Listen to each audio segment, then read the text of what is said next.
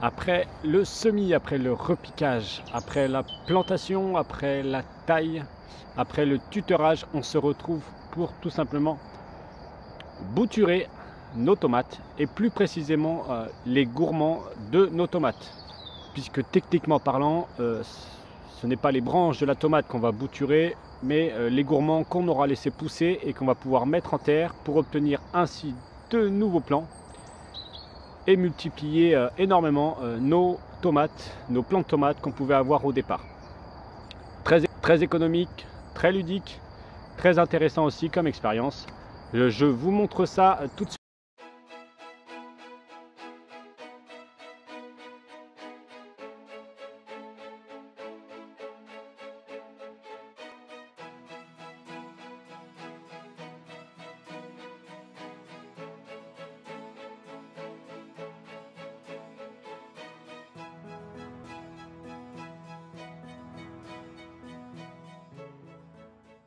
Qu'est-ce qu'on fait exactement quand on veut bouturer une tomate?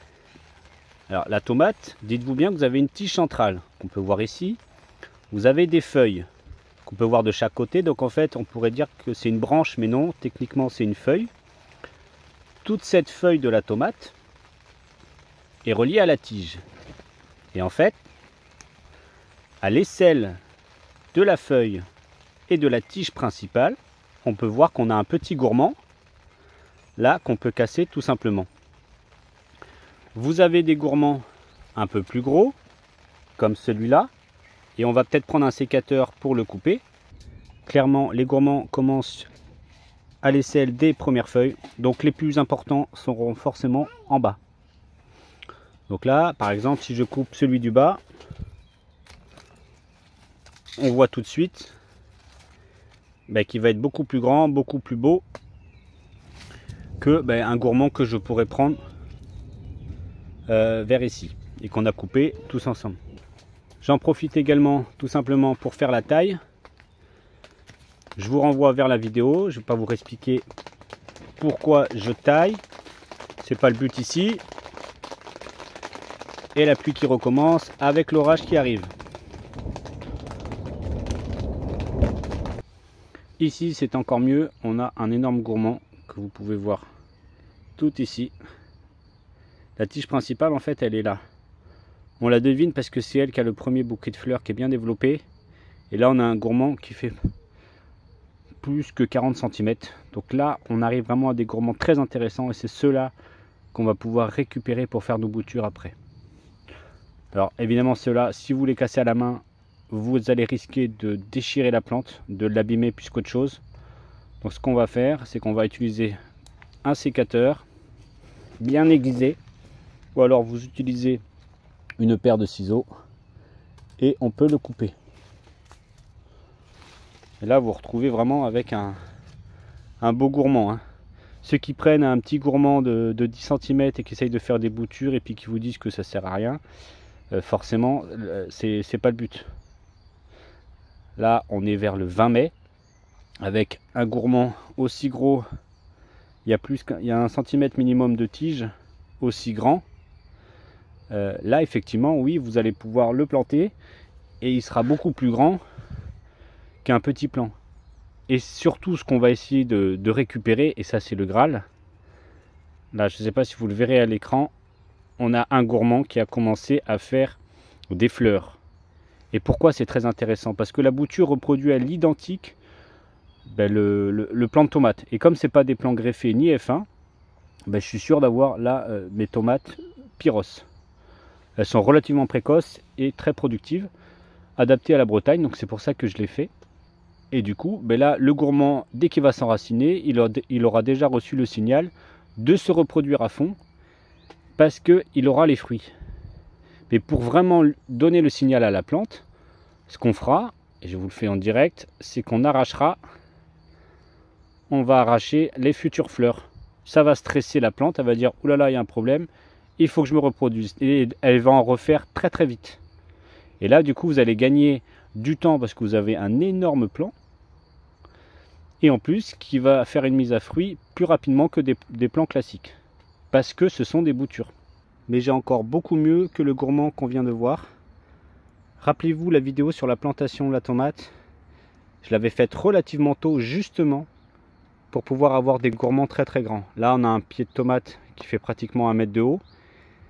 Et j'ai laissé volontairement tous les gourmands pour avoir des gourmands très très gros, bien développés et que je pourrais bouturer à merveille. Et de toute façon, avec cette année bien pluvieuse, on voit bien que ceux qui ont fait beaucoup de plants peuvent toujours pas les mettre en extérieur s'ils n'ont pas de serre. Et là, moi, avec mes boutures, ça fera la taille d'un plant. Donc en fait, je me serais épargné énormément de travail. Et en les installant au 20 mai en pleine terre, franchement, j'aurais des récoltes quasi normales que si j'avais fait mon petit plant en intérieur en mars. On peut voir que la serre est bien remplie en tomates et en autres légumes. Ce que je vais faire, c'est que je vais récupérer sur les pieds les plus beaux gourmands, pour en avoir une quinzaine, je pense. Et puis on se retrouve après.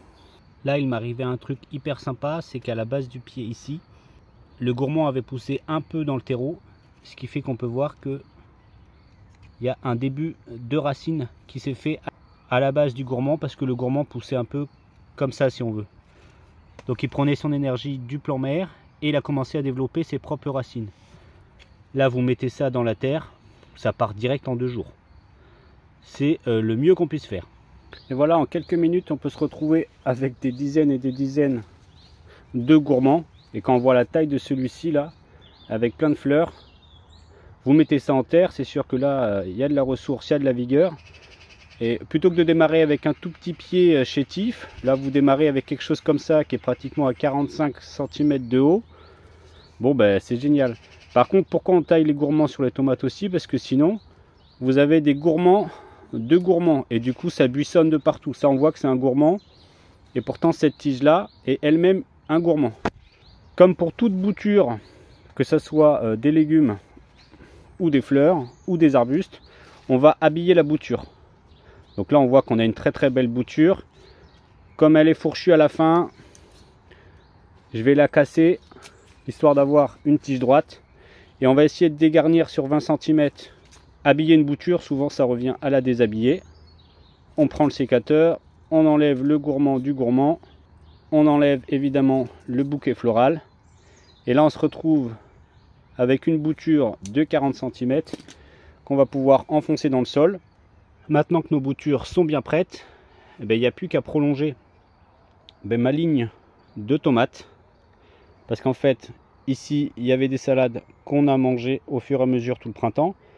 Là, j'ai mes semis de tournesol géants qui attendent d'aller au jardin. Là, j'ai mes 2 courgettes qui franchement se plaisent. Elles prennent chacun 1 mètre carré. J'ai mis mes premières tomates là-bas. Et après, avec les gourmands, je les replante au fur et à mesure. Et pas besoin de refaire des semis ou d'aller en acheter. Là, on a tout gratuit. Première erreur, c'est de penser qu'on peut mettre les boutures que dans de l'eau. Là, on va les mettre directement dans la terre, sans les mettre dans un verre d'eau, sans faire sortir les racines au départ. Vous inquiétez pas, ça marche très bien. Je vais le faire en direct avec vous pour vous montrer que c'est vraiment tout simple.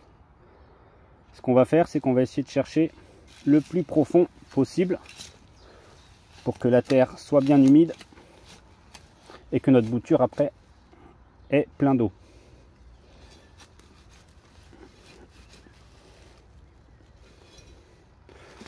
On a au moins 10 cm bien planté et on se retrouve avec un plant plus petit du coup, mais il y a 15 cm dans la terre.